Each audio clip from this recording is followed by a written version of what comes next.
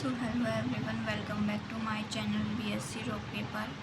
आज अपन बात करेंगे acid base and salt lecture number 2 के बारे में।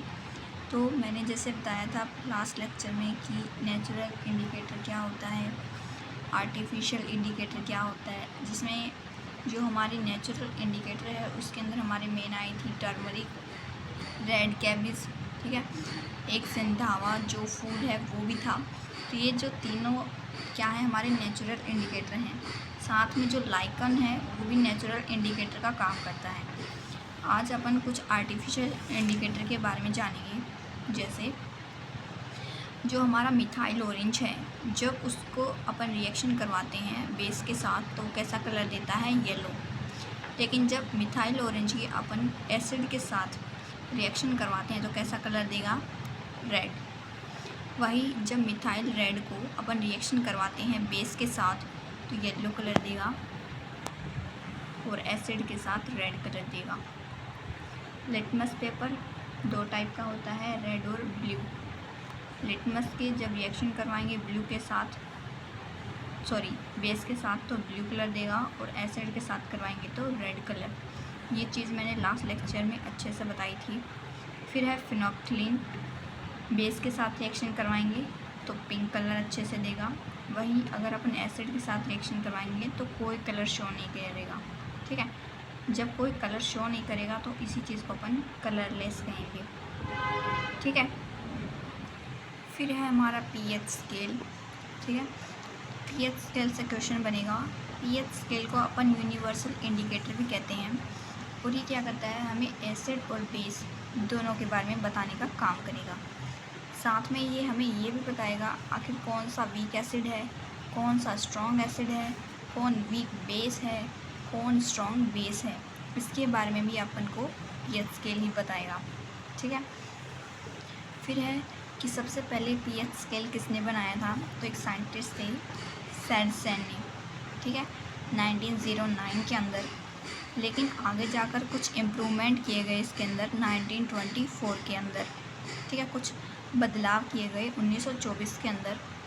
साथ में आपसे पूछ लिया जाएगा आखिर पीएच का मीनिंग क्या होता है, तो पोटेंस ऑफ हाइड्रोजन, ठीक है।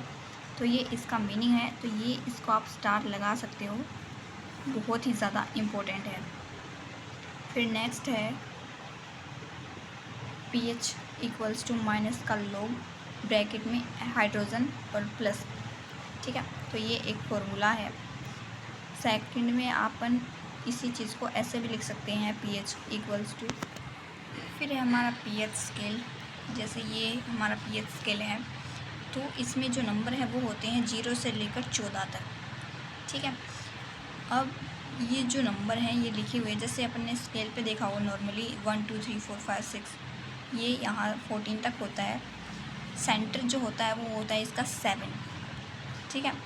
7 को अपन न्यूट्रल मानते हैं, मीन्स वो कोई प्रॉपर्टी शो नहीं करता, ना एसिड की ना बेस की, ठीक है। अब 0 से लेकर जो 7 तक ये जो नंबर है, ये वाला जो हिस्सा है लेफ़्ट साइड वाला, ये अपन को एसिडिक नेचर शो करेगा, मीन्स एसिड की प्रॉपर्टी शो करेगा अपन को। वही 7 से लेकर जो 14 तक का जो नंबर है राइट हैंड साइड, ये अपन को बेसिक नेचर क्या करेगा, शो करेगा, मीन्स बेस की प्रॉपर्टी शो करेगा, ठीक है।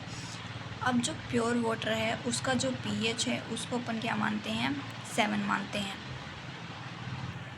इसमें जो चीज़ इम्पोर्टेंट है वो ये स्केल है, तो ये आपको पता होना चाहिए। साथ में जब अपन एल्कलाई को ऐड करते हैं एसिड के अंदर तो हमारा पीएच क्या होगा, इंक्रीज, मीन्स बढ़ता ही चला जाएगा पीएच का लेवल। साथ में जो बड़ी बड़ी जो इंडस्ट्रीज़ होते हैं उसके अंदर वो बड़े बड़े वाटर के कैन वगैरह होते हैं, तो कई बार जो दूध होता है उसके अंदर डाला जाता है और वहाँ पर हमें ईस्ट देखने को मिलता है कई बार, ठीक है। उसकी ग्रोथ होती है जिसकी वजह से अपना दूध जो है वो क्या हो सकता है, ख़राब हो सकता है। तो उससे प्रोटेक्ट करने के लिए अपन क्या करेंगे, उन जो बर्तन है बड़े बड़े टैंकर वगैरह, उनके अंदर अपन क्या करते हैं, जो बनाना की लीव्स होती हैं उसको अंदर डाल देंगे, ठीक है।